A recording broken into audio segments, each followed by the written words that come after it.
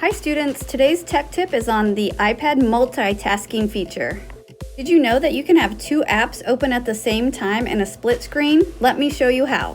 First, make sure you've opened both of the apps that you want to use so that you can find them in the recent apps section. Now open one of the apps that you want to use.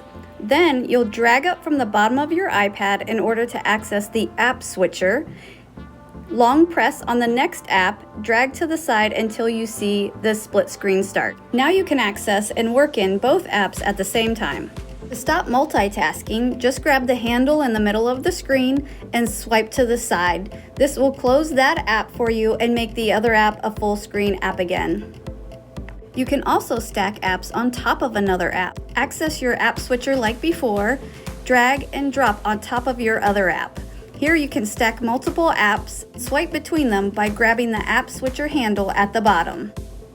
Now you're all set to multitask. Thanks for watching.